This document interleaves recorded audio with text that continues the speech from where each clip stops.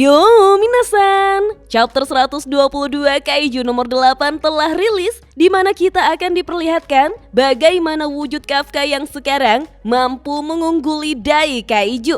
Sebelum saya lanjut, siapa tahu ada yang ingin berdonasi, silakan klik link Saweria yang ada di deskripsi ya.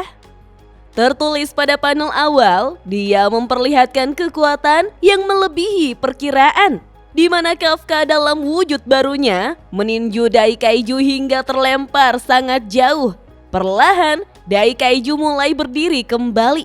Sesuai dugaan Kafka, mustahil dia terluka hanya karena serangan seperti tadi.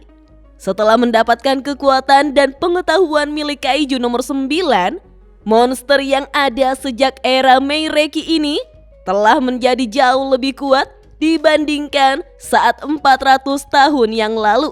Kalau Kafka tidak mengalahkannya di sini sekarang juga, maka bencana ini pasti akan meluas hingga ke seluruh dunia.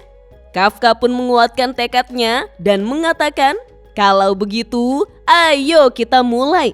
Siapa sangka Dai Kaiju kini dikejutkan dengan posisi Kafka yang sudah ada di hadapannya dan langsung menyerangnya dengan tinjunya.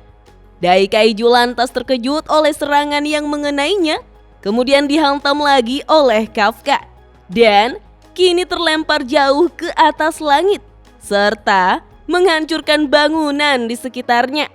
Kafka bersiap untuk melompat dan mendekati Dai Kaiju yang berada di atas langit. Tentu saja hal itu mengejutkan Hoshina. Kekuatan Kafka benar-benar berbeda. Kafka yang sudah mencapai tubuh Dai Kaiju di atas langit, lalu menghantam Dai Kaiju dengan tinjunya hingga membuat ledakan di udara. Mina memperhatikan dari bawah, di mana Kafka dan Dai Kaiju lalu bergerak sangat cepat hingga mata mereka tidak mampu mengikuti pergerakannya. Mina dan Nogizaka lantas tercengang dengan apa yang mereka lihat. Tiba-tiba, Kafka yang berada di udara lalu dijerat oleh ekor Dai Kaiju untuk kemudian dilemparkannya ke bawah dengan sangat cepat. Kafka yang terjatuh pun harus menabrak bangunan yang ada di bawahnya. Tentu saja gedung itu pun hancur seketika. Kafka yang berusaha menghentikan tubuhnya yang jatuh lalu kembali disambut oleh Dai Kaiju yang sudah ada di hadapannya. Meskipun Kafka berusaha bertahan dengan melindungi inti tubuhnya menggunakan kedua tangannya, namun tinju Dai Kaiju mampu meledakkan area tersebut. Kafka lantas bergerak untuk mundur ke belakang demi mengambil jarak sembari memperhatikan gerakan Dai Kaiju selanjutnya. Tetapi Keiji terbelalak karena sekarang dari dalam bangunan, Dai Kaiju bersiap untuk melancarkan serangan dari mulutnya. Keiji pun berteriak bahwa itu sangatlah berbahaya. Itu adalah serangan utama dari Kaiju nomor 2. Kita pun diperlihatkan bagaimana serangan kuat dari Dai Kaiju mulai dilepaskan menuju ke Kafka. Dengan tenang, Kafka mengambil ancang-ancang dan mengomel. Bisa-bisanya Dai Kaiju menembakkan serangan seperti itu ke arah tanah. Kafka memakinya sialan karena Dai Kaiju mau meluluh lantakan Tachikawa. Siapa sangka Kafka justru menendang serangan Dai Kaiju itu ke atas, sehingga serangan yang berbentuk seperti bola itu meledak di atas langit. Tentu saja Kurusu beserta staf operasional serta Hoshina terbelalak karena Kafka melakukan sesuatu yang tidak terduga. Kafka pun berteriak agar Dai Kaiju tidak menggunakan serangan seperti itu lagi. Namun Dai Kaiju kembali mengeluarkan serangan yang sama dan mengejutkan Kafka karena itu adalah serangan beruntun. Kafka pun memfokuskan kekuatan pada telapak kakinya untuk langsung melompat dengan tinggi ke atas langit.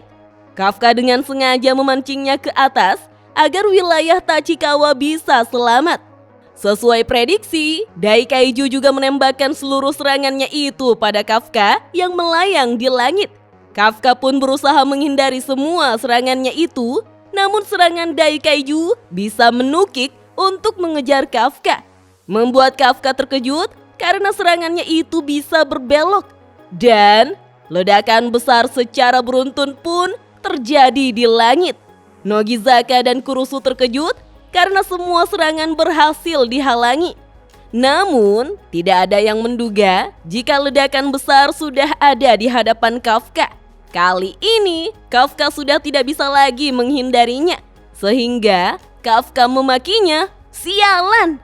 Kita pun diperlihatkan bagaimana Kafka terkena ledakan yang luar biasa besar itu di langit. Tidak cukup sampai di situ, Daikaiju kembali melancarkan serangan beruntun ke arah Kafka di langit. Ledakan terus terjadi berturut-turut, membuat Mina sangat mengkhawatirkan Kafka. Begitupun dengan Narumi yang merasa ini menyebalkan. Padahal menembakkan serangan seperti itu sebanyak 2 kali saja sudah membuat Pak Isao kepayahan. Tapi bisa-bisanya Daikaiju malah menembakkannya hingga puluhan kali dengan mudahnya. Keiji tampak kesal. Menurutnya, bahkan kaiju nomor 2 yang asli pun tidak akan mampu melakukan hal seperti itu. Tidak salah lagi, dari semua monster yang pernah muncul hingga saat ini, dia adalah monster yang paling melampaui akal sehat. Hoshina bersama dengan kaiju nomor 10 terus memperhatikan pertarungan. Sementara Narumi tampak sangat kesal. Itu karena fakta bahwa kaiju nomor 8 adalah sosok yang bahkan mampu melampaui monster di luar akal sehat seperti itu. Kita pun diperlihatkan bagaimana Kafka keluar dari kepulan asap dari seluruh ledakan yang ditembakkan oleh Daikaiju dan kini mendekati Daikaiju. Kafka bahkan tidak terlihat terluka loh minasan. Mata Daikaiju yang banyak itu pun terbelalak melihat Kafka di hadapannya. Sekarang Kafka menghempaskan Daikaiju dengan memukul matanya hingga membuat Daikaiju menabrak tanah dan menghancurkannya. Narumi sangat kesal melihat Kafka yang kini sudah jauh lebih kuat lagi. Kafka lantas memanfaatkan kesempatan ini untuk memusnahkan Daikaiju. Dia terus meninju tubuh Daikaiju hingga hancur. Suara ledakan dari serangan keras yang dilakukan Kafka menggema dan menghancurkan area itu. Baik Kurusu, Hoshina, dan Nogizaka mendukung apa yang dilakukan Kafka untuk terus menyerangnya. Jangan berhenti, serang terus sampai dia mati. Tiba-tiba Kafka berhenti melakukan serangan. Tentu saja hal ini menjadi tanda tanya besar untuk Kurusu, Nogizaka, dan Keiji yang melihatnya dari layar proyeksi. Kafka pun mengatakan pada ruang komando, "Tolong perluas radius wilayah berbahayanya menjadi 5 km. Karena sebentar lagi dia akan muncul." Kita pun diperlihatkan bagaimana Daikaiju akan keluar dari cangkang alias bangkai tubuh kaiju nomor 9. Tertulis pada panel akhir, makhluk itu menggerogoti bangkai yang menyelimuti tubuhnya. Nah minasan, bagaimanakah wujud Daikaiju yang sebenarnya?